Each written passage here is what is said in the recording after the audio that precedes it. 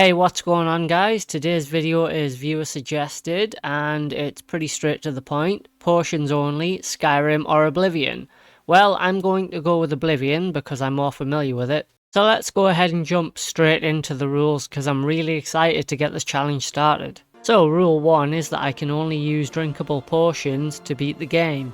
That is to say, not poisons, but actual drinkable potions.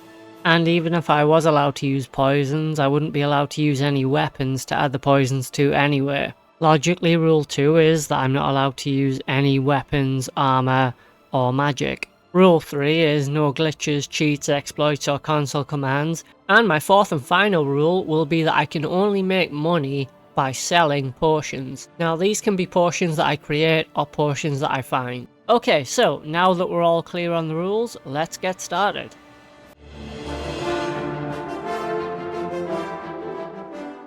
So to start with, I created a Nordic character for their heightened endurance.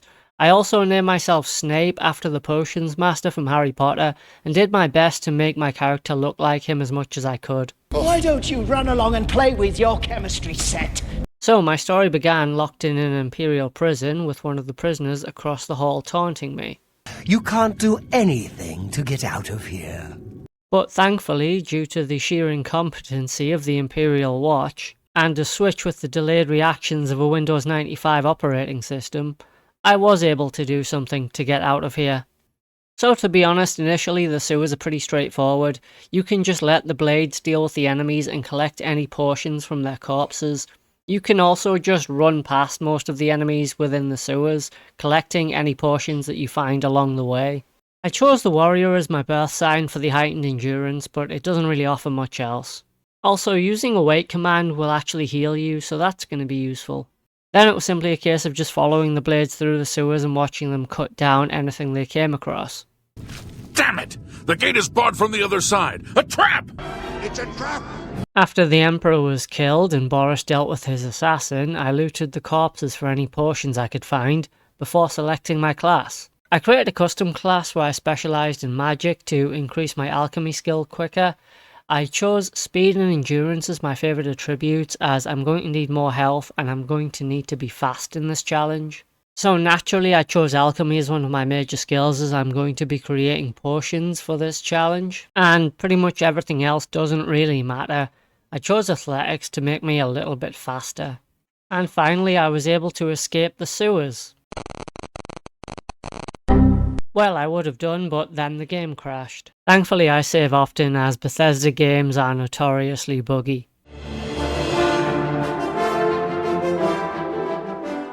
So the very first thing I did upon exiting the sewers was go to Coral to join the Mages Guild. This would grant me access to free alchemy equipment. So my next task was to search the farms around Cyrodiil, collecting every scrap of food that I could find to make potions with. I was going to try to quickly increase my alchemy skill as much as possible. But in order to do this, I'd first need an excessively high volume of food. Once I felt like I had enough, I began to spam creating potions of Restore Fatigue as quickly as possible. Now this left me with an alchemy skill of 49, which really wasn't high enough. However, I could then sell the potions that I'd made back to vendors and buy food from vendors in order to make more potions. I also began to search for additional farmland. I found one with an absolute bounty.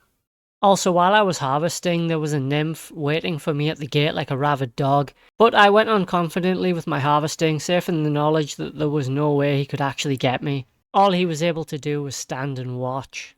I suppose that I was playing a dangerous game and teasing him, but still there wasn't any way that he could actually get me, so... How'd you like my ass? Once I had enough food to continue making potions, I once again began spamming them as quickly as possible. After reaching an alchemy skill of 76, I now had knowledge of what every ingredient in this game contained. I could now begin looking for the ingredients I needed specifically. I was chiefly interested in ingredients that would reflect damage, reflect spell, provide shield, fortify health, restore health, fortify speed, or grant invisibility. Once I felt I was ready with the necessary potions, it was time to pay Brother Martin a visit. I gave him the Amulet of Kings and told him I was there when the Emperor was killed. You'd better explain yourself. Now. I didn't have the heart to tell him what really happened.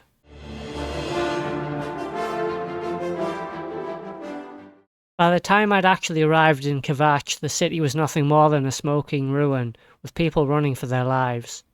Go and see for yourself. Kvatch is a smoking ruin. We're all that's left. Do you understand me? Everyone else is dead. And the Oscar goes to... However, I would not be deterred, and so I headed up to speak to Savli and Matthias to see if I could help. If you're serious, maybe I can put you to use. It'll likely mean your death, though. Some of you may die, but it's a sacrifice I am willing to make. By this point, I had quite a lot of health potions as well as invisibility potions. However, I was severely lacking in reflect spell and damage potions. Therefore, I would need to save them for the Kvatch Gate, as there is at least one Daedra that I almost certainly do have to kill. Most of them can be avoided. Also, there is a Kvatch guard inside the Oblivion Gate that you can use to help you, so long as he survives, so I would like to try and keep him alive as long as I can.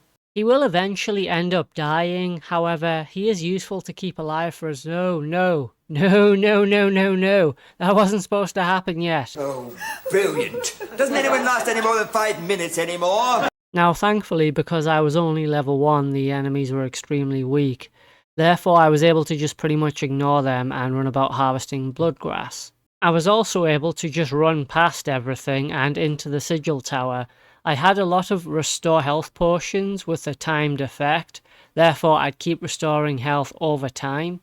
By doing this, it allowed me to keep my reflect damage potions for when I actually needed them, i.e. to take down the Sigil Tower Keeper. Time to see if this would actually work. The potions I'd created had an 8% reflect damage effect, and I was only able to drink 4, giving me a 32% reflect damage effect. And you know something? This actually works. Like, this is genuinely brilliant, at least for one-on-one fights. I'm sure that, under the right circumstances, I could actually do this. If I could get my potion strong enough in reflect spell and damage, I could even take down Manka Cameron with relative ease. And after grabbing the sigil key, there was nothing really left to do here but run past the enemies, taking a few health potions along the way for good measure, and grabbing the sigil stone. After the Kvatch guard cut their way into the chapel, I collected Martin and headed back to Waynon Priory. The Mythic Dawn agents, frozen in time, waited politely while I spoke to Erenor. Really takes the whole urgency effect out of it. I stood watching, refusing to help, while Joffrey and Brother Martin cut down the rest of the Mythic Dawn agents.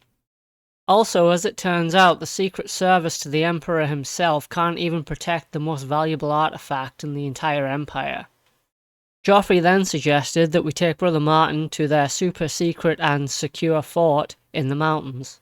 But to be totally honest, the way this operation's being run, I'm genuinely surprised it's not a pillow fort.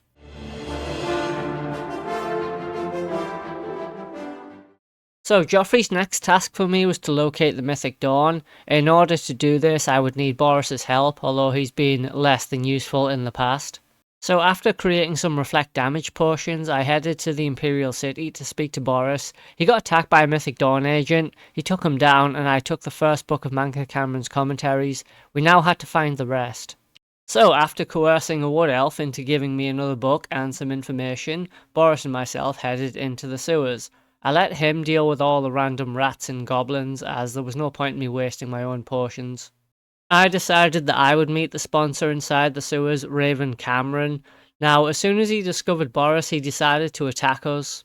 But the first thing he did, and I mean the very first thing that he did, was kill a member of his own team. Completely without reason or explanation. I mean, this was absolutely savage. I mean, maybe this was some kind of punishment for failure or something. You have failed me for the last time, Admiral. I was eager to keep my reflect damage potions as I didn't have that many of them, so I used a few restore health potions and tried to let Boris take down the Mythic Dawn agents. Eventually, though, he ended up getting killed. Oh, brilliant. Doesn't anyone last any more than 5 minutes anymore? So I took a reflect spell potion as well as a few reflect damage potions. and watch him die by his own strength. It's really satisfying to watch your opponent's health go down and do absolutely nothing. Eventually he ended up dying, and I took the next book with Manka Cameron's commentaries. Now all we had to do was get Tarmina to find the shrine for us. And find the shrine for us she did. However, at the moment I didn't have enough potions, so it was back to farming. I was going to try and get my alchemy skill as high as possible in order to create stronger reflect spells. It got to the point where I had literally hundreds of ingredients that I could make potions with, and I got my alchemy skill all the way up to 93. After selling all the potions that I'd created, I headed to the Mythic Dawn shrine. It was at this point I realised that Harrow was going to take all of my potions, so I had to drop everything. You see, by dropping all of my equipment and then telling him that I'll give him all of my equipment, I can then run back and pick everything up before we go into the shrine. Once I got inside the shrine, I got to listen to the ramblings of the Fire and Brimstone cult leader Manka Cameron. As for the rest, the weak shall be winnowed, the timid shall be cast down, the mighty shall tremble at my feet and pray for pardon. You'll burn for all eternity in hell! So in this situation, getting out of the Dagon shrine isn't actually too difficult. First of all, I released the prisoner to create a distraction. I then took the Mysterium Xerxes. I then took an invisibility potion, of which I had many, and slipped away. I then headed to this general area in Blackwood where I collected a lot of green stain cup caps. I got over 50 altogether. Now these ingredients are important because they have a reflect damage effect. I then went to see Martin to turn in the quest and headed back to the Imperial City. I was determined to make as many reflect damage potions as I could. And the safest way to do this would be to also collect as much flour as possible. I could create the potions with strawberries, however that would add a negative effect of damage health to my own character. In the end, after I used all the flour, I was forced to do this and counteract it with ingredients that would recover health. The health recovery did outweigh the damage health effect to myself, so I was pretty much okay with it. Also, Joffrey asked me to take care of some spies that had been hiding around the Cloud Ruler Temple area. I took about 4 reflect damage potions as the game wouldn't let me take any more. I then had to just stand there and wait for them to hit me. It's a really slow and painful process, as sometimes the NPCs will decide not to hit you, and you have to make sure that they hit you enough times to kill them before the potion effect runs out. All in all, they weren't really that much trouble.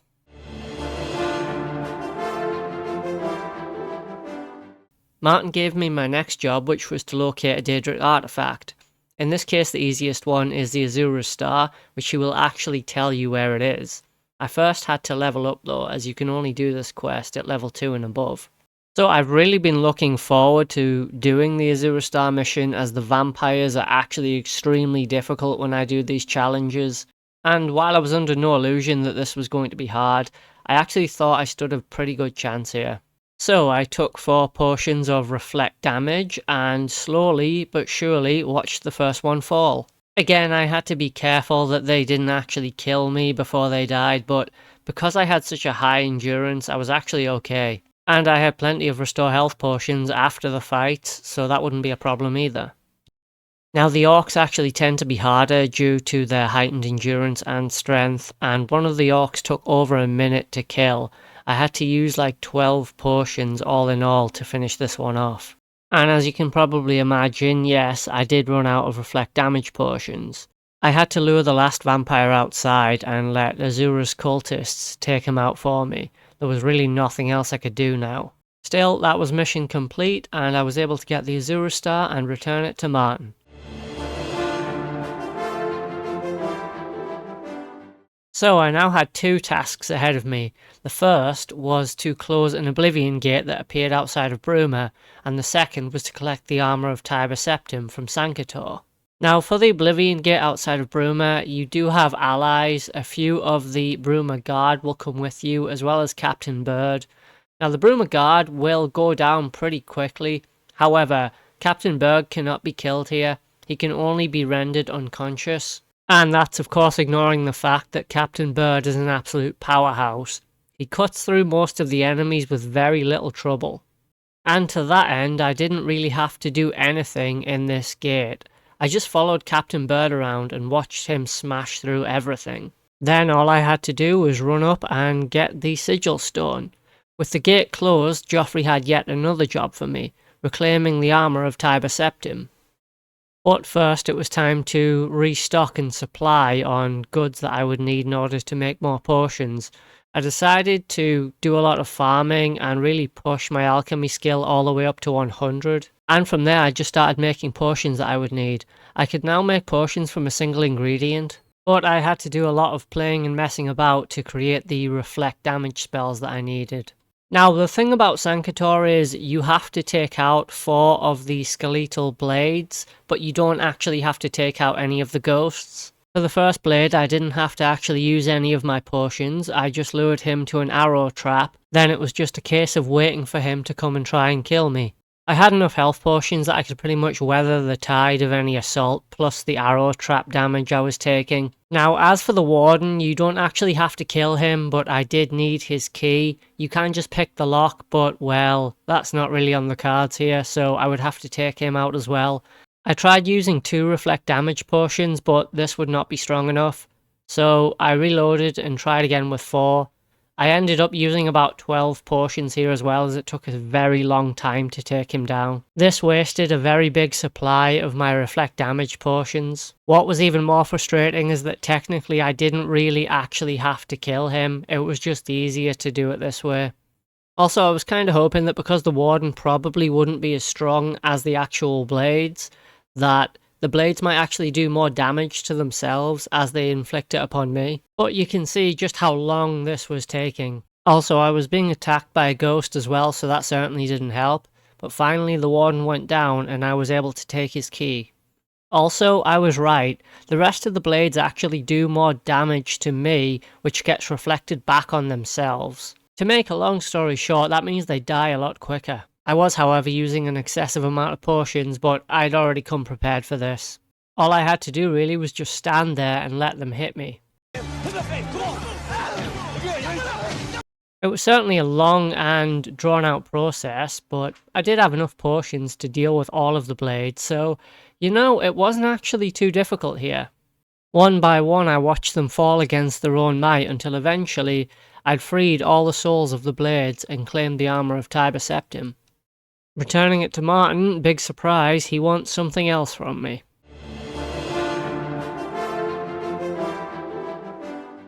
So normally I would make Miskarkind a whole section in its own right, but there isn't really anything to say about this. You don't have to kill anything, you don't have to fight anything. All you have to do is run through and grab the Great Welkid Stone and run the hell out of there. I did, however, get arrested once I got back to Skingrad, and for some reason the King of Miskarkind as well as some zombie guardians were there, but the Skingrad guard quickly took care of them, so I didn't have to worry about that either. And one of our last missions was to close a great gate that we were going to allow to open outside of Bruma. I say allow like we actually had any way of stopping it in the first place, but the Countess of Bruma didn't seem happy about it. Now, one of the good things about this mission is 3 standard Oblivion Gates will open up, and Dremora as well as Scamps will come out. Now, so far I haven't been a high enough level to actually fight Scamps, but now I have ample access to Scamp Skin, which actually has a reflect damage effect, so that is really useful, as well as Daedra Hearts, which have a health recovery effect. Now, once you enter the Great Gate, you actually get timed. You have to complete it within, I think it's like 15 minutes, otherwise you lose. So, fighting anything really isn't encouraged. It's just a case of run through there as quick as you can. I had enough health recovery potions at this point that being attacked didn't really matter. However, I did need the Sigil key from the Dremora. On my first attempt, I actually got killed because I was getting swarmed by too many enemies. However, on my second attempt it went a lot smoother, although I did barely escape with my life. I actually felt that I could get to the Great Sigil Stone without taking too many health potions, as I didn't want to waste them. And finally, after I grabbed the Great Sigil Stone, I closed the Oblivion Gate, and the only thing left to do really was Manka Cameron's Paradise.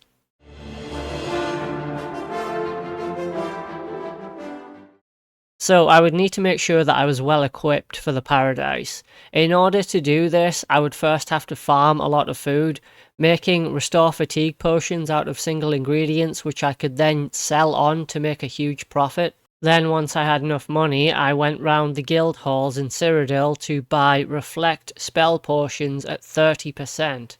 This is because Manca Cameron will only use magic to attack you unless his staff runs out of magicka. So once I headed into Manca Cameron's paradise, I noticed that there was a lot of green cup caps growing around. Now these give a reflect damage effect, which was really useful, as well as ambrosia, which give me a restorative effect to my potions. I met a Dremora called Cathertet, who gave me the option to either fight him or serve him. I chose to serve him as I didn't want to waste any of my reflect damage potions on him, and freed one of his agents, Anaxes. In payment for performing this service, he gave me the Bands of the Chosen, and I was allowed to enter the Forbidden Grotto. I teamed up with a defector from the Mythic Dawn called Eldermill, who helped me through this next challenge, and eventually I made it to Manca Cameron. I took all 4 reflect spell potions before charging into Manca Cameron. This gave me 120% reflect spell damage. Actually, here's a question. Why was immortality not afforded to him as it was to the rest of the cult within Manca Cameron's paradise? Doesn't really make a lot of sense. Either way, he's dead and that's all that matters. Also, I didn't pick up the Amulet of Kings. At least I don't think I did. But somehow I have it. I'm not sure. I'm pretty sure I didn't though. Well, with that out of the way, my final job was to get Martin to the Temple of the One, light the dragonflies, and beat the Elder Scrolls IV Oblivion using only potions. So first of all, I just want to say a big thank you for the video suggestion. I was really looking forward to doing this one because I kind of had a little bit of an idea that I wanted to do something like this, although I actually had the idea to do it with mysticism as opposed to potions. I actually don't believe that it can be done using mysticism, so it was really interesting to learn how to do this using potions. Guys, please don't ask me to do this with mysticism. No one else has done it, and there's a reason for that.